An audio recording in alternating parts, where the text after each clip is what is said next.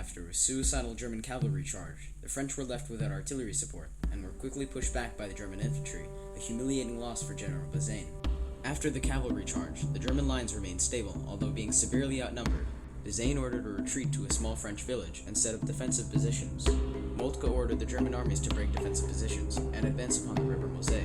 As another battle decided by superior German artillery comes to a close, the Imperial Guard rushed in to defend their comrades, but seeing their friends fleeing the scene, they too were ordered to halt by General Bourbaki. Upon seeing this, French morale was at an all-time low, with French troops becoming besieged at the town of May. A small morale booster happened, however, at the town of Spicherin, where French forces successfully retreated, with Germans taking heavy casualties. The German Third Army then joined in the fight against MacMahon, who with the Emperor himself were building up their strength. He demanded that May be freed, sending MacMahon around the German forces.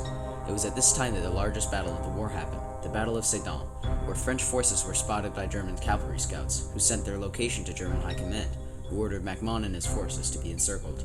The Bavarian Fourth Army was caught by surprise, entering a brutal stage of house-to-house fighting. Despite the troops at Béziers holding the line, German forces were crumbling the French defense, using artillery en masse to break French morale and people.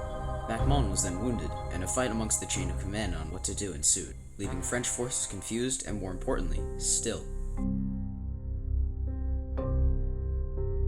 Finally, after many hours of combat, the Bavarians took Béziers, forcing the rest of the army to fall back to Sedan itself. Here, a brutal siege was placed on the French defenders, and Napoleon himself began hoping that a rogue shell would end his painful misery.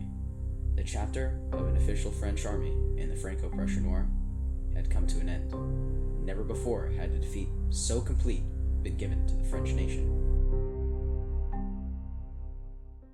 It is now where we begin the next chapter in our story. Upon the total capitulation of the French army, the Prussian ruler Wilhelm himself arrived at Versailles, proclaiming the formation of the German Empire, where delegates of the smaller German states agreed to join in with Prussia to form the new country. Bazaine at May saw the writing on the wall, surrendering his massive force of nearly 150,000 men to the Germans. Paris was now the only defended town in eastern France. Surrounded by a large German army, the people of Paris rose up and formed the Garde Mobile, a ragtag group of soldiers similar to that of the Continental Army formed by George Washington. The only difference being the Garde Mobile got absolutely whomped. Amongst the chaos, the French did achieve a small victory, liberating the town of Orleans from the Bavarians, and despite this not being a major offensive, it was a large morale booster for the defenders in Paris to fight, and fight they did. Only after realizing that there was no one to liberate them, and that Paris was just a smoking dust pile, did they surrender the capital. The Second French Empire had come to an end on January 27, 1871. At the peace terms, Bismarck, remember him, demanded that the French only maintain an army of a single division, humiliating the former twice most powerful nation on earth in front of all their friends.